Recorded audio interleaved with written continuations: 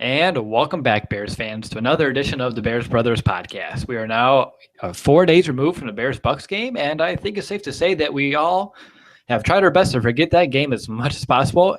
And in order to do that, even better, let's look forward. Let's not look back anymore because that's just scary. And let's look forward to Week 11 as the Bears are set up to go against their third NFC East opponent of the season, the G-Men. And for all of our sake, let's hope that this one goes better than the 29-14 and 31-17 losses that we had in weeks 2 and 3 against the Eagles and the Cowboys. I'm your host, Will DeWitt, and tonight's what I like to call an old school episode of the show, as Nick is unable to make it because he is traveling, which means Brandon Hazlett is the only Bears brother joining me tonight. Kind of feels like old times. Brandon, how are you doing? Doing pretty good. Definitely feels like old times. Yeah.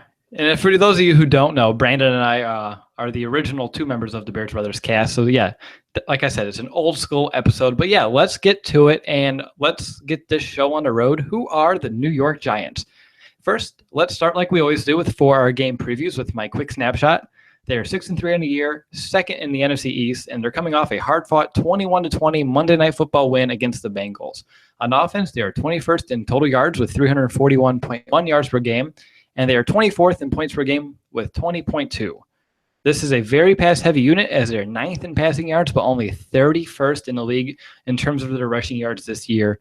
But let's start like we always do, and with the man under center, Eli Manning, who has thrown 7 touchdowns in the past 2 weeks. Brandon, what have you seen from Eli? Why has he been so dominant these past couple of weeks? Because they're doing they know the weakness is kind of the offensive line, so they're doing a lot of quick slant plays, a lot of quick reads. What they're doing is they're calling in the play. Eli's, relaying that to the rest of the team, and then from there he's making his reads much like his older brother Peyton does. I'm sure he's tired of hearing that comparison. I'm sure. But he's being very smart. He's reading the defense, knows what's going on, and he'll make adjustments if he has to. He's got a very good football IQ. And it helps that his coach McAdoo is a very aggressive play caller. They will go for it on 4th and short situations. That's how they got their game-winning touchdown against Cincinnati, was on a 4th and goal situation, a pass to Sterling Shepard on the goal line, which is a very aggressive call late in the game there in the 4th quarter. He's not going to beat the Bears on his feet. He's not the most athletic quarterback. We've seen what he'll do when the Bears get pressure on him. I'm not going to say if I'm going to say when, because I have that much confidence in the Bears defense. There you go. When they get pressure on him, he's not going to necessarily go scramble away from them. He's going to make sure he gets out of the pocket and then throw the ball away. He is very good at that. So that's something to watch out for. Is got to make sure that if we're going to sack him, we've got to have the whole pocket collapsing on him. No, good stuff there. Last week, the Bears were carved up by Jameis Winston, who threw for 312 yards. And Brandon, I'm not going to lie, I'm a little worried heading into this one. Pernell McPhee said on Manning that, we're going to sack him, and they better. But that's easier said than done because the Giants have given up the 3rd lowest amount of sacks on the year, only 13. But the Bears do have 9 sacks in the last 2 games. They do have 24 in the year, which is 8th in the NFL. But again, it's going to be a tough matchup from there down in the trenches. But, Manning, looking at some of his other stats here, he's averaged 41 pass attempts over the last 4 weeks. And that worries me too, because when teams kind of go pass heavy against this Bears defense, it has a tendency to wear them down as they have a hard time getting off the field. And just looking, back at the past few weeks, or just a few examples, Winston had 33 attempts. Luck had 39 back in week 5. And don't forget about Aaron Rodgers' 56 passing attempts in week 7. And all those weeks, the Bears defense played well early on and then kind of, tapered off down the stretch. And actually, looking at each game, even, in the wins that the Bears had this year, the majority of the teams are throwing a high volume number of passes against this defense. And it's probably given the fact that the Bears defense tends to wear down as the game goes on. But let's talk about Manning a little bit here, Brandon. And let's talk about, obviously his favorite target is Odell Beckham Jr. What has OBJ been doing so well to be, so lethal in his passing attack in the past 2 weeks? Well, like I said, to start, they throw a lot of shorter routes. So what Odell does, he gets a lot of yards after the catch. He'll make the athletic play. He'll go get the ball. He is a playmaker. Fun stat. He is the last record that he broke. He's the quickest receiver to 3,500 yards receiving. He did it in 36 games. In his lone touchdown reception, this is what really sets him apart from other receivers in the league, is his route running. In his touchdown reception that he had against Cincinnati, he ran a curl route right there to the goal line. And then once Adam Pac-Man Jones put his hand on his hip, he just spun right out of it, and he's wide open in the back of the end zone. like I imagine that is going to give the young Bears secondary fits, trying to keep up with his route running abilities. And that's kind of what sets him apart. He's got 54 receptions for 773 yards and 6 touchdowns on the year. Yeah, After he had a slow start. So yeah, those 6 touchdowns they came over the past 5 games, so he's turned it up as of late. yes. But And to add to that, I guess we'll go keep ahead. going. The other receivers, you're looking at Sterling Shepard, the rookie out of Oklahoma, the guy that I thought the Bears should have drafted. I really like what he brought, and we're going to see him in action, obviously, because he plays for the Giants. He's got really good hands. He goes and gets the ball. Like I said, the touchdown pass late in the game to give the Giants the win came on a 4th and goal where he was open on an underneath route. He's got 39 receptions for 426 yards and 4 touchdowns. He's a very sure-handed receiver. He did have one that I was kind of curious why he dropped it. It hit him right in the stomach, but when you look at the replay, he was looking around before he caught the ball. You got to do one thing at a time there, Sterling. But if you're going to keep doing that against the Bears, I'm not going to complain. And then they played Roger Lewis last week because Victor Cruz was out with an ankle injury. He's been limited in practice all week this week. Didn't play against Cincinnati, but for the year he's got 25 receptions, 377 yards, and a touchdown. And the guy that replaced him was Roger Lewis.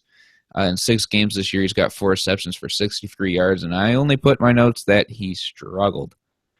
One of the two interceptions that Eli threw against Cincinnati, what the defender did was he went and got the ball. Eli put it where it had to be on the sideline because it was an out route. Put on the sideline. All Roger Lewis had to do is go catch it, but he was falling and waiting for the ball to fall into his lap while Drake Kirkpatrick hopped over him while he was falling and picked it off. So imagine that if Victor Cruz can go, he will play over Roger Lewis because of him struggling so much. And then for tight ends, Will Tye, he's got 27 receptions for 235 yards, no touchdowns. And Darrell Adams, the rookie, had the game's first touchdown when Eli completed 6 of 6 passes, all the different receivers, including the touchdown pass to Darrell Adams. All their tight ends are more receiving. They don't do very much run blocking. Well, they do run blocking, they just don't do it well, I guess. So something to watch for with the tight ends. They won't be as big of a factor in the run game as they are in the passing game. Yeah, this passing game, I said it, it's something I'm worrying about, especially because, last week just kind of shot my confidence in terms of the Bears being able to stop the pass. But it all starts with Odell Beckham Jr., and you have to believe that the Bears are going to have to keep Tracy Porter on him because he did a pretty good job of slowing down Mike Evans a week ago, who didn't have a catch until the second half. It was one of the better performances that we've seen out of Tracy Porter in some time, but it kind of got lost in the shuffle, the chaos that ensued after that loss. But Porter said this week that it's going to be a tough challenge. Obviously, but John Fox, chimed in as well. He discussed how Mike Evans and Odell Beckham aren't easy to compare. The quote is, "This guy is speed, quickness, and route running. This guy plays bigger than his size numbers, too, because of his leaping ability, his strength, hands. He's got big hands, really good hands. He's a different type of assignment." And that's very true. And that's, it's going to be tough. I've seen it all on the tape against Cincinnati. Exactly. It's going to be tough for the Bears to stop him. But if they're going to do so, they need to do a better job in coverage because there are too many miscues that led to big plays last week. I'm looking at you, LeBlanc. I like to see that, play more on the receiver, as the coverage last week was just a little bit too soft for my taste. Manning's YPA, yards per attempt, against the Bengals on Monday night was only 5.5. So the Bears better press those receivers and have a safety over the top to help on Odell Beckham Jr. And Vic Fangio, was talking about this as well, if they were going to kind of mix up the assignments and if they're going to try to just get under Odell Beckham Jr.'s skin a little bit. And he said, we have such young guys back there. They're just hanging on to get to the next play and figure out what they're doing. So if that's not telling what kind of confidence he has in that secondary and what he thinks of the unit, I don't know what is. But also in terms of the passing game, Brandon, something else that the Bears need to do, and you talked about it, is the pass rush. They just need to finish because last week they're able to create some pressure, but they failed to capitalize and actually reach the quarterback as often as I was hoping. But like I said, they might have a hard time this week because the Giants' offensive line in terms of the pass pro has been pretty good, right? Or am I wrong? What's your assessment of that offensive line? Well, last week in Cincinnati, you said his yards per pass was like 5-something yards.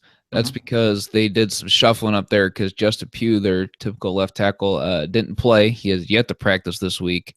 And so they had Marshall Newhouse, who's typically the right tackle, playing left guard. Then you have Bobby Hart, who's playing right tackle, John Jerry at right guard, the backup center, Weston Richburg, and the left tackle, Eric Flowers, in there. So you have some stable pieces, but they did a lot of shuffling, and I don't think that Ben McAdoo was totally confident in how the line was shaping up. And so I think the Bears could really take advantage of that because with Pugh still being out, I imagine that we're going to see Marshall Newhouse there at left guard again. So that has got to be something the guys, Eddie Goldman and Akeem Hicks, the guys playing in the middle, are going to look for points to attack, and I think they could take advantage of it. But the problem is that Eli knows that offensive line's kind of weak right now with all the shuffling, that they're going to continue to just hit these quick slant routes, all these underneath routes, and he's going to be able to take advantage of the Bears defense that way, just a quick release time. Yeah, I mean, don't forget, Brandon, Eddie Goldman, he's missed practice all week, so there's a good chance he might not even be able to give it a go. And Will Sutton is now out for the year. And if so, it's going to be interesting who they play at the nose position. And whoever they throw in there, I mean, they're not going to have the same kind of impact that a Sutton or an Eddie Goldman's going to have. So the Bears are going to be very weak on the interior of that defensive line come Sunday if Eddie Goldman's unable to give it a go. And even if he does, he's not 100%. So it's going to be an area to watch out for Bears fans at all. But, we talked about the Giants run game briefly earlier, how they're 31st in the league, pretty much non-existent, and I'm not afraid of that rushing attack one bit, especially considering how stout the Bears D has been against the run this season. But we might as well discuss it anyway. Brandon, what should we expect from that running game, if anything? For the most part, like you said, they're kind of non-existent. They did get better as the game went along against Cincinnati. I think that the defense was just getting worn down a little bit. They were on the field somewhat for not quite as long as the Bears were last week. I know we said we were going to move on, but I had to compare it to something. They were on the field for quite a while. Rashad Jennings, his runs got better as the game went along. He likes to hop around behind the line to look for the holes. He'll get to the line and then he'll kind of do some hopping around. He did have a couple screen passes and short pass plays that I was surprised he couldn't reel in.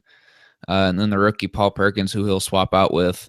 In 7 games, he's ran 30 times for 102 yards. He has no touchdowns on the year. He sticks to his assignments a little too much, I think, because one of his first runs of the game, he went off the left tackle, and he had room to bounce it outside of him, but then he just kind of hit right behind him there and run forward for a yard or two. I would assume that a more veteran guy like Rashad Jennings is going to see that hole open up a little bit more to the outside. I know I tell you not to bounce it outside all the time, but if it's there, take it. I'm not telling Paul Perkins to take it. I'm fine with him sticking to his assignment, but just something to watch out for. Maybe he'll develop that side a little bit more. Hopefully not, but just surprised me that he didn't do that. And, the Bears last week, too, I said we're moving forward, but, you have to compare it to the week prior. But, the Bears last week did a really good job of containing those outside rushes. Willie Young, Pernell McPhee, even Leonard Floyd did a really good job of holding the contain, not letting, the offensive line to set an edge and get around the end, and kept those plays on the inside and allowed the Bears defense to swallow up the ball carrier, usually, I think, Doug Martin, for the most part last week, for pretty much little to no gain, which is exactly what I'm expecting to happen this week for sure. But let's take a look. Yeah, so let's take a look at some down situations. And starting with third downs, the Giants are below average on third down conversions, only converting about 35.5%. And also in the red zone, they are middle of the pack on the season with they're scoring touchdowns 52% of the time they reach the red zone. However, those red zone numbers have improved drastically for the Giants over the past 3 games, as they score touchdowns 83% of the time over the past 3 weeks in the red zone, which, by the way, Brandon, is best in the league over that span by a few percent, which is pretty scary looking at it. But what insight do you have in terms of their tendencies on third down, but more importantly in the red zone, because it's been working for them down there? In third down situations, they're just confident in their guys to make the play. Like they didn't target one guy more than the other. The only guy that had more receptions third down was Odell Beckham, and that's because they know he's a playmaker. He's able to get the first down more times than not because he's very good at breaking tackles and getting that yards after the catch. And then in the red zone, it's really pretty much the same thing. They are confident in everybody in their route running abilities. I think McAdoo has good scheme set up to where you're going to watch Odell more times than not. So if they just have him running across going one way, and then if you have Sterling Shepard coming the other way, you're not going to pay quite as much attention to Sterling Shepard because, he's a rookie.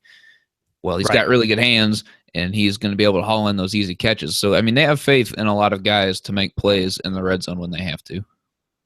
Good stuff there, Dom. Do you have any final observations on this Giants offense before we switch over to their defense?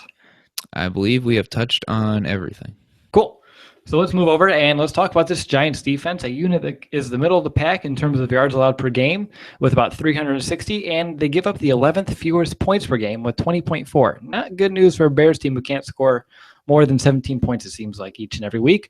And on top of that, we all thought last week that the Bears were going to have no problem moving that ball up and down the field against that Bucs defense. Now, Brandon, I don't know what to think moving forward. Let's talk about that. Let's talk about that Giants front seven, a unit that has struggled in terms of getting to opposing quarterbacks. They have the third lowest amount of sacks on the year, 14, but they are pretty stout against the run, seventh in the NFL, and they're only allowing 92.1 yards per game. I mean, yards per game on the ground. So what's your assessment of that front seven? Don't let the lack of sack numbers deceive you, because it's felt like they were constantly in the backfield against Cincinnati. I don't know if Cincinnati's offensive line was weaker. I wasn't necessarily watching them, but it felt like, for the most part, there was always somebody from that Giants front seven in the backfield. They're aggressive. They're not scared to send the house. I seen them audible to it a couple times during the game. So they are an aggressive front seven. They do a lot of moving in the pre-snap, so that way it's hard for. Last week it was Andy Dalton. He had a hard time gauging where guys were going to end up, and then when they end up sending the house, he's just not ready for it. And like you said, they're tough against the run. Jason Pierre-Paul, one of the big names up front, for the year he's got 38 total tackles. He's only got a sack and a half, a forced fumble, and he's very active with his hands. He's got 7 pass deflections, including 2 in the last game. So if you're going to throw his direction, Jay, make sure that you know where he's at on the field, because he will get his hands up, and chances are I have a feeling he will bat at least 1 down in this game. That's not my bold prediction, by the way, but I have a feeling that he'll bat at least 1 down in the game. And then the other big name free agent they brought in was Oliver Vernon. He's got 38 total tackles, 3 sacks, and a forced fumble. He played a very solid game against Cincinnati. Just an all-around good player. Kelvin Shepard plays in the middle of their base defense for middle linebacker. He's got 21 total tackles and 2 pass deflections. And the guy that stood out to me was Jonathan Casillas. He's got 65 total tackles on the year, 5 sacks, and 4 pass deflections. He didn't have very good closing speed. He let Tyler Eifert have a big gain on him. He doesn't so if Zach Miller is going to be able to get behind him, I think that Zach Miller will be able to beat him in a foot race. But he is a big part of the defense. It seems like he's always around the ball. But coverage-wise, I think that is someone that we can pick on a little bit. Well, that's good, especially with Miller, because I like to see him get more active. Because last week wasn't really – I mean, I wouldn't say impressed. I mean, I wasn't impressed, but I was shocked that he didn't have a bigger impact in that game last week. But, this is the point of the show in which I kind of give my matchup to watch in the trenches. And this week it's going to have to be the right side. I'm assuming that Ted Larson's going to fill in for Kyle Long. And then Bobby Massey, if he returns from his concussion, he still doesn't practice, going up against Damon Harrison and Jason Pierre-Paul. I think that's going to be if the Giants are going to get some pressure on Cutler, I think that's where it's going to come from. So definitely keep an eye on that Bears right side of the line, especially without Kyle Long. I mean, the Bears were able to survive without Kyle before, but still, he being out for the year is a big blow to that Bears offensive line, because even though, Larson can kind of fill the void on the line, nobody, and I mean nobody, can replicate the type of passion that Kyle Long brings to the field and to that group. He's going to be missed. And if you want more on Kyle Long, I want you to check out our site, as our writer, Ben White, just wrote an appreciation piece on Kyle Long. So check out our site, thebearsbros.com, and check out that piece. You'll be more than pleased, I promise. But moving on here, talked about how the Giants are pretty stout against the run, but I think that is more due to the fact that teams can pass on them. Teams are averaging about 270 yards per game through the year. So, Brandon, let's talk about this Giants secondary. How does that unit shape up, and what do they do well? Landon Collins is the guy who's leading the secondary back there. At one point during the season, he was leading the team in tackles, sacks, and interceptions. He's not leading in sacks anymore. He's got 3 sacks on the year, though. For a safety, that's pretty dang good. He's got 74 total tackles and 4 interceptions. One of them he returned for a touchdown. He's very good in run support, not just back there in coverage, but he's good in run support. And the interception he had against Cincinnati, it was just a really good read on his part. Andy Dalton missed his tight end to the left. but Landon Collins was there to read it the whole time, picked it off. He was down by contact right away. Even though he had like a 20-yard run afterwards, I didn't blow the whistle, but review said he was down by contact. That's beside the point. Janoris Jenkins is going to be the guy, whoever the Bears have at number one, with Alshon Jeffrey now being suspended 4 games, whether it be Eddie Royal or Cameron Meredith or even Marquise Wilson if he comes back and plays. Frankly, I don't think the Giants are too overly concerned about who the number one is because Janoris Jenkins played pretty well for the most part against Cincinnati. It's tough to match up with A.J. Green. Right. He was getting boxed out on a couple of them. I mean, there's just not a whole lot you can do about that. And then you have the rookie Eli Apple. He's got 20 tackles, 3 pass deflections, and a forced fumble on the year. And Dominique Rodgers-Cromartie, who are going to kind of flip time, and then one of them will end up in the slot when the Bears put 3 receivers out there. Both of them are going to hold their own for the most part. The one weak spot that I see is Nat Bear, the other safety. He hasn't contributed a whole lot, so it's just kind of where things stand. They're all athletic guys, all going to hang in there and do their part. Just Nat Bear I see as the one weak player. I think they play just a little too far off the receivers, and that's why A.J. Green was able to get in front of Janoris Jenkins more times than not. Good stuff there. Looking at what to expect from this Bears passing game, I really don't know what to expect because it's been a unit that's been in flux all season, between going back and forth between quarterbacks.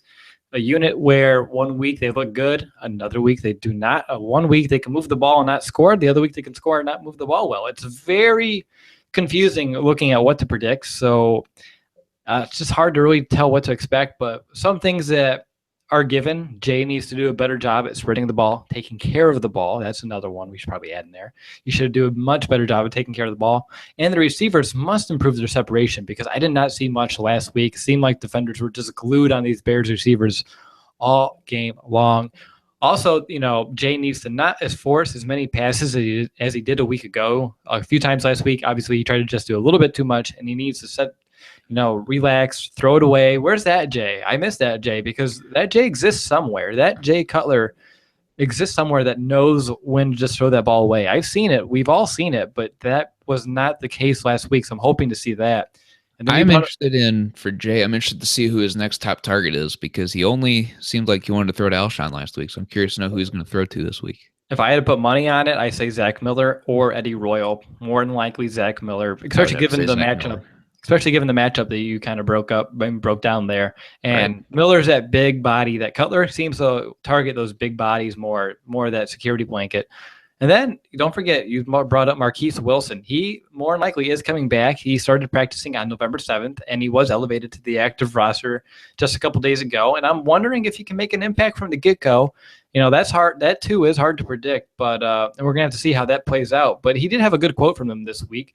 He said, talking about the receivers as a whole, he says, we're all focusing, and we've got to step up and play and pick up a bigger role due to Alshon being out and just work together and fight through this. All of us receivers have to step up and make plays when plays are called our way. And that's exactly what the Bears receivers need to do. When, Dow Loggins calls up a play and you're the man where the ball's going to, you need to step up and make a play, get some separation, and just make a play on the ball. And speaking of Dow, he needs to do a much better job at actually calling this game because his play calling last week was just atrocious.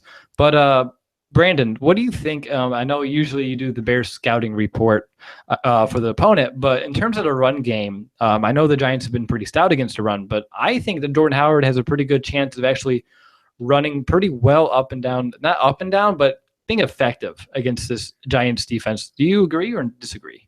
If he can break through the front 4, I think that he's got a solid chance of getting some good yardage for the day. But that front 4, they just seem to hawk to the ball. Whenever it's handed off, they just seem to know exactly where to go. So if he can get through the front 4 of Jason Pierre-Paul, Oliver Vernon, Jonathan Hankins, and Damon Harrison, I think he'll have an okay day. I think his 100-yard streak may be up in jeopardy for this game because they are very tough. Just my opinion. Do you see the same thing? I agree that it's definitely up in jeopardy. I think he's going to get it. I hope that the Bears have been listening to us. I mean, obviously they haven't to this point, but they just need to give Jordan Howard the ball more. He had 15 touches last week, not near enough for someone who was averaging over 6 yards per carry. And on top of that, because the Bears just seem like they want to ditch the run even when it's successful. But just do it. I would like to see an experiment, just one whole drive, just run it and see where it goes. Because if you're averaging 6 yards per carry, you do the math, every 2 carries, and even if one of them is a little bit shorter, every 3 carries, you're going to get a first down. And you will wear down that defense. And I think you can probably, especially with that Bears offensive line and Jordan Howard, just run each and every play and do better than they did last week, trying to just pass and do the short passing game for sure.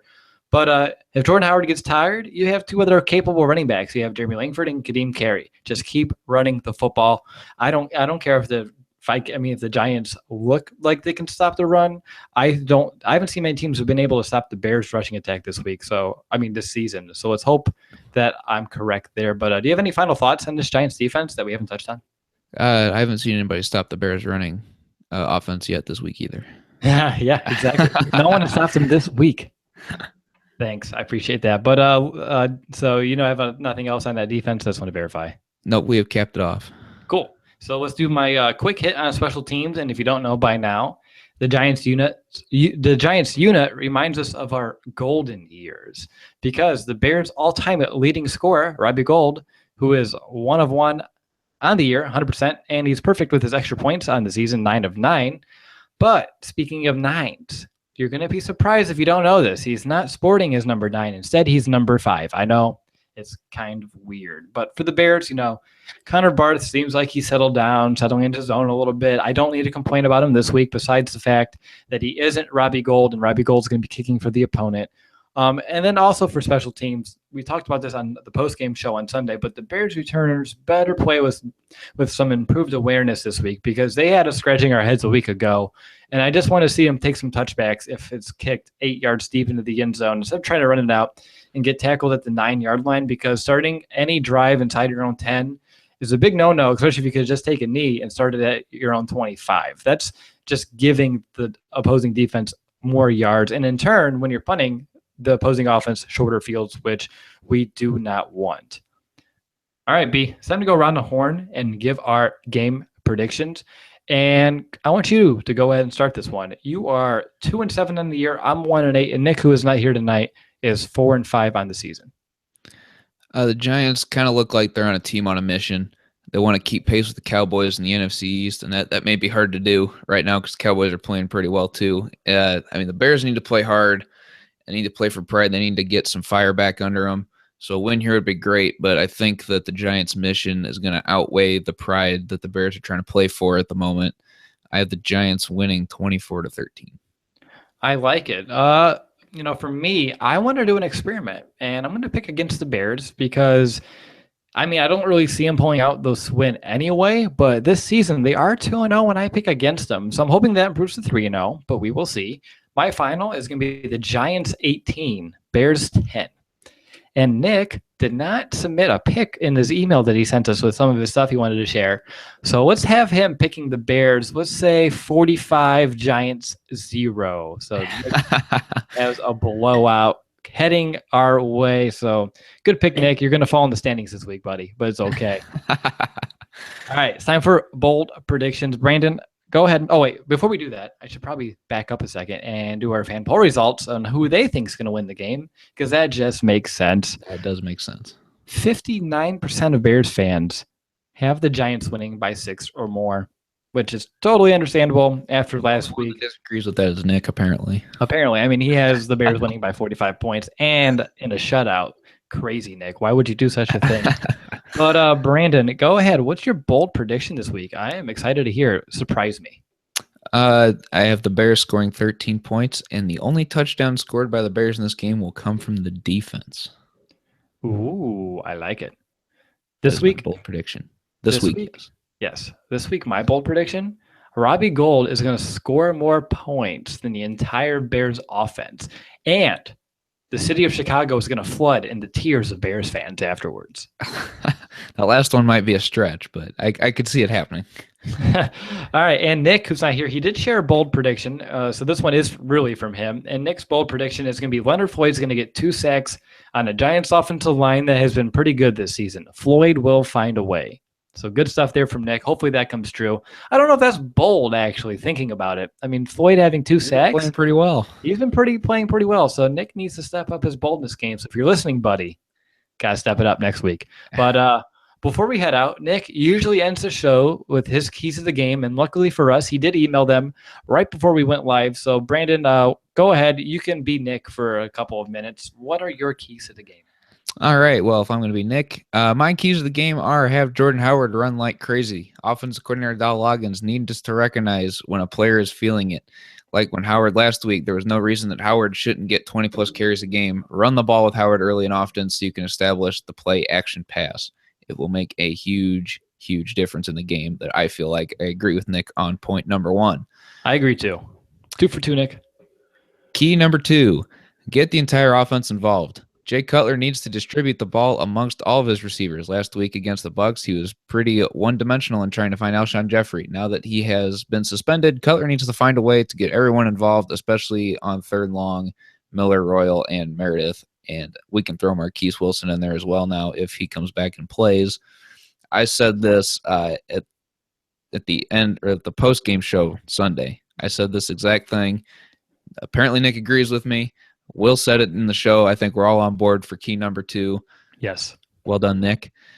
And then key number 3, defense needs to play a full game. And this is the one that I love the most because the defense needs to play a full game.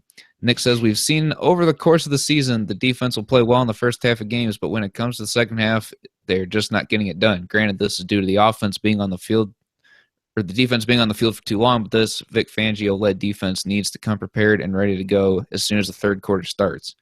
I agree. I watched on YouTube on the Bears channel, Pernell McPhee was mic'd up for that Buccaneers game.